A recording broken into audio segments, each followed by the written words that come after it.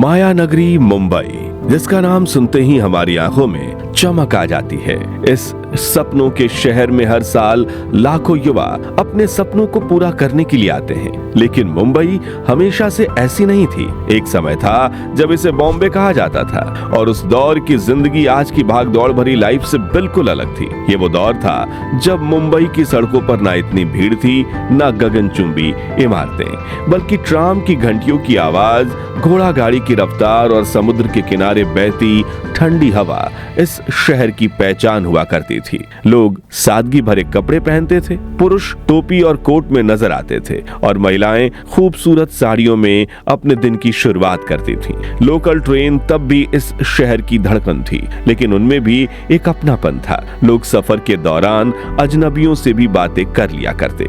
शहर के लाल बाग, परेल और दादर जैसे इलाकों में कई बड़ी बड़ी चौलें हुआ करती थी, जहां छोटे छोटे कमरों में बड़े बड़े परिवार रहते थे। शाम होते ही लोग चौपाल की तरह इकट्ठा हो जाते, बच्चे गलियों में खेलते और बड़े लोग काम की थकान भूलकर हंसी मजाक में खो जाते। वहीं दूसरी तरफ साउथ बॉम्बे के इलाकों में ब्रिटिश इमारतें, क्लब्स और बड़ी बड़ी गाड़ियां एक अलग ही दुनिया की झलक दिखाती थीं। इसी शहर में औद्योगिक क्रांति हुई, देश की सबसे बड़ी फिल्म इंडस्ट्री बनी और साल 1995 में बॉम्बे बन गया मुंबई। लेकिन आज भी लोग कहते हैं कि मुंबई तो एक शहर है, लेकिन बॉम्बे एक एहसास था। इसलिए आज हम समय के पहिए को पीछे घुमाएंगे और देखेंगे 100 साल पुराने बॉम्बे की कुछ दुर्लभ वीडियोस जो आपके दिल को सुकून से भर देगी। सबसे पहले इन दुर्लभ क्लिप्स को देखिए, जिसे आजादी से पहले साल 1929 में रिकॉर्ड किया गया था, जिसमें मुंबई के एक मार्केट की पतली सड़क पर सैकड़ों लोग आज की तरह ही अपने जीवन में व्यस्त दिख रहे हैं। सड़कों पर घोड़ा गाड़ी और बैलगाड़ी चल रही है, साइकिल रिक्शा चल रही है, जिनके बीच पतली सड़क पर लोग जगह बनाकर आगे बढ़ रहे हैं। करीब 100 साल पुराने इस दृश्य में नाई सड़क के बीचों बीच बैठकर ग्राहक की दाढ़ी बना रहा है और आसपास के लोग बड़ी उत्सुकता से नाई को उसका हुनर दिखाते हुए देख रहे हैं। वहीं इस रोंगटे खड़े करने वाली फुटेज में यह वैज्ञानिक कोबरा का जहर निकालने की प्रक्रिया सिखा रहा है। We are taking out from this cage a cobra to extract its poison.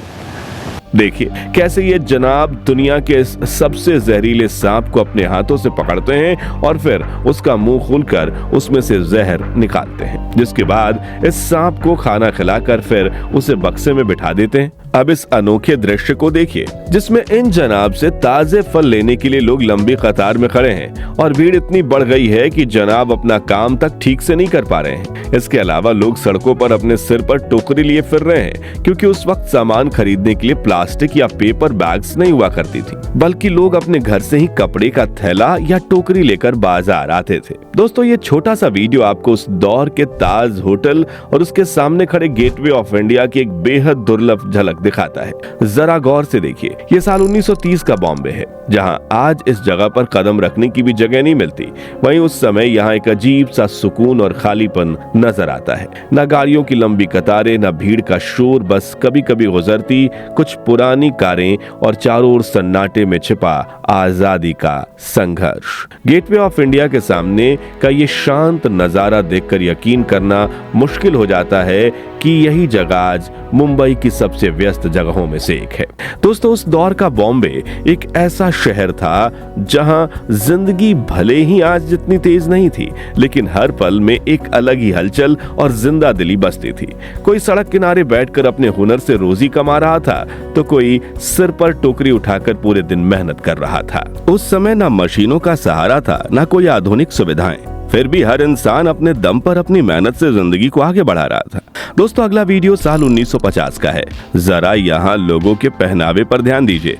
ज्यादातर पुरुष सादे कुर्ते पैजामे में या फिर शॉर्ट पैंट में नजर आ रहे हैं, तो वहीं महिलाएं पारंपरिक साड़ियों में बेहद गरिमापूर्ण दिखाई देती हैं।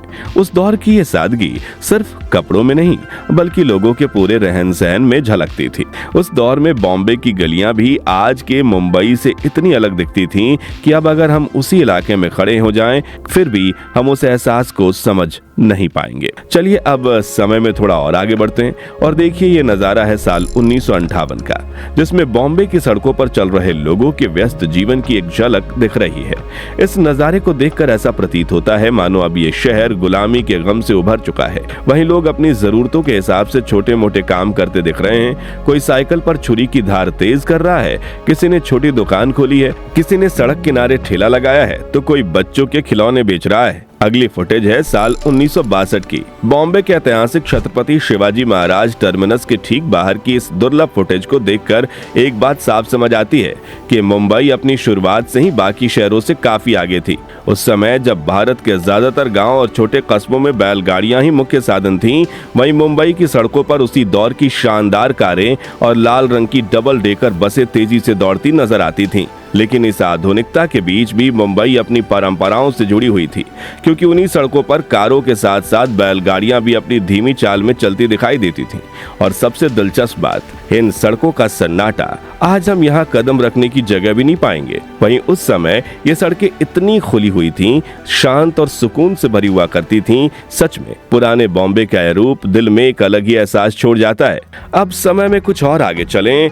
ये है 80 के दशक का बॉम्बे, जहाँ अब लोगों की भीड़ बढ़ने लगी है। 4 से 5 मंजिला ऊंची इमारतें होना अब आम बात बन चुकी है, लेकिन लोगों का जीवन अब भी सादगी और सुकून से भरा हुआ है। जुहू बीच के किनारे ऊंचे नारियल के पेड़, धूप में समंदर के किनारे बैठे लोग, और उसी बीच एक महिला ऊंची बंधी रस्सी पर बिना किसी सहारे के चलने वाली अपनी कला दिखा रही है, जिसे देखने सड़क पर लोग इकट्ठे हुए हैं। दूसरी तरफ शहर की सड़कों पर अब भीड़ की वजह से ट्राम चलना बंद हो चुकी है। हर तरफ हिंदुस्तान एम्बेसडर गाड़ियां और प्रीमियम पद्मिनी टैक्सियां दिख रही हैं। अब लोगों का जीवन धीरे धीरे तेज होने लगा है, लेकिन लोग अपनी धुन में मगन हैं। सड़कों के किनारे छोटी छोटी दुकानें और मुंबई की सड़कों के नजारे वाकई में पुरानी यादों को ताजा करने वाले हैं। दोस्तों, अब चलते हैं उस दुनिया में जिसने मुंबई को माया नगरी बनाया। जी हाँ, बात हो रही है फिल्म सिटी और बॉलीवुड की। उस दौर की इस दुर्लभ फुटेज में आप देख पाएंगे कि कैसे खुले मैदानों, बड़े बड़े सेट्स और साधारण कैमरों के साथ फिल्मों की शूटिंग हुआ करती थी। ना आज जैसे हाईटेक VFX थे, ना ही आधुनिक इक्विपमेंट्स। फिर भी उस समय के एक्टर और डायरेक्टर अपनी मेहनत और जुनून से ऐसी फिल्में बनाते थे जो आज भी लोगों के दिलों में जिंदा है। आप देखेंगे कैसे लकड़ी और कपड़े से बने सेट्स पर राजमहलों की दुनिया खड़ी कर दी जाती थी, कैसे एक ही जगह को अलग अलग लोकेशन बनाकर शूट किया जाता था, और कैसे पूरी यूनिट पर एक परिवार की तरह मिलकर सब काम करते थे। उस समय शूटिंग सिर्फ एक काम नहीं बल्कि एक जुनून था, जहां कलाकार अपने किरदारों में पूरी तरह डूब जाते थे। इन स्टूडियो और सेट्स से निकली कहानियों ने न सिर्फ भारत बल्कि पूरी दुनिया को एंटरटेन किया।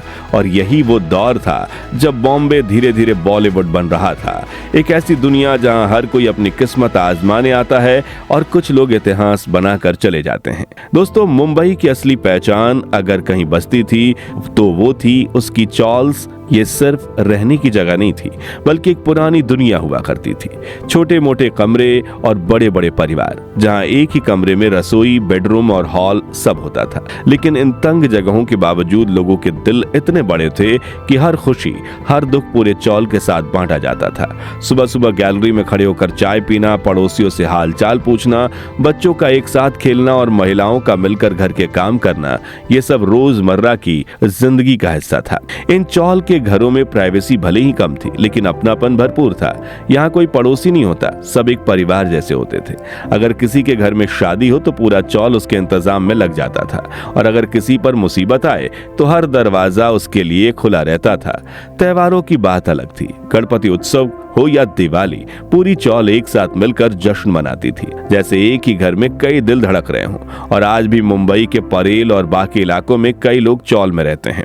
अब दोस्तों, 1990 के दशक आते आते मुंबई पूरी तरह बदल चुकी थी। अब ये सिर्फ बॉम्बे नहीं बल्कि एक तेज रफ्तार मुंबई बन चुकी थी। सड़कों पर गाड़ियां बढ़ने लगी थी, काली पीली टैक्सियों की लंबी कतारें, लाल बसें, स्कूटर और बाइक का शोर, और इनके बीच अपनी जगह बनाते हजारों लोग। आप इन क्लिप्स में साफ देख सकते हैं कि जहां कभी सड़कों पर सुकून और खालीपन था, वहीं अब हर मोड़ पर भीड़ ही भीड़ नजर आने लगी थी। लोकल ट्रेन पहले से कहीं ज्यादा भरी रहती थी। लोग दरवाजे पर लटक कर सफर करते थे। प्लेटफॉर्म पर इतनी भीड़ होती थी कि पैर रखने की जगह नहीं मिलती थी। सुबह शाम का पिक आवर मानो एक जंग जैसा होता था, जहां हर कोई अपनी मंजिल तक पहुंचने की जल्दी में था। शहर की रफ्तार इतनी तेज हो चुकी थी कि अब कोई रुकना नहीं चाहता था। लेकिन इस भीड़ और भागदौड़ के बीच भी मुंबई की एक खास बात नहीं बदली। यहाँ हर इंसान अपने सपनों के पीछे भाग रहा था। कोई फिल्म इंडस्ट्री में नाम कमाने आया था, कोई नौकरी की तलाश में तो कोई अपने परिवार के बेहतर भविष्य के लिए। और शायद यही वजह है कि 90s की मुंबई थोड़ी थकी हुई जरूर दिखती थी, लेकिन उसके अंदर एक अलग ही जुनून और जिंदा दिली छुपी हुई थी। तो आज के लिए बस इतना ही। अब आप हमें कमेंट्स में बताइए कि आपको सपनों का शहर मुंबई कैसा लगता है, और अगले वीडियो में आप भारत के कौन से शहर का दुर्लभ इतिहास देखना चाहते हैं। ये वीडियो अच्छा लगा हो तो इसे लाइक और शेयर करके 11,111 लाइक्स जरूर करवा दीजिए, और ऐसी ही दिल छू लेने वाले वीडियोस के लिए हमारे चैनल को सब्सक्राइब करके पास वाली घंटी जरूर बजा दीजिए। धन्यवाद।